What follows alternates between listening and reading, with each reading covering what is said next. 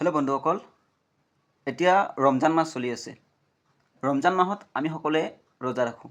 এতিয়া ৰোজাৰ দুটা গুৰুত্বপূৰ্ণ নিয়ম হ'ল ৰাতিপুৱা চেহেৰি খাব লাগে আৰু গধূলি সময়ত ইফতাৰ কৰিব লাগে। মেইন কথাটো হৈছে যে যেতিয়াৰ পৰা ৰমজান মাহ আৰম্ভ হৈছে তেতিয়াৰ পৰা কিছুমান ব্লগাৰ বা কিছুমান সাধাৰণ লোকে তেওঁলোকে ইফতাৰ কৰাৰ সময়ত যিখিনি খাদ্য খায় বা ইফতাৰৰ সময়ত তেওঁলোকে যিখিনি ফল মূল হওক বা যিখিনি নাস্তা কৰে সেইখিনি ষ্টেটাছ লগায় বা ষ্টৰি মাৰে, ফেচবুকত পোষ্ট কৰে। এইটো কাম নকৰিব আপুনি। এইটো দেখাত যদিও ভাল, ইয়াৰ এটা বিপৰীত দিশ আছে।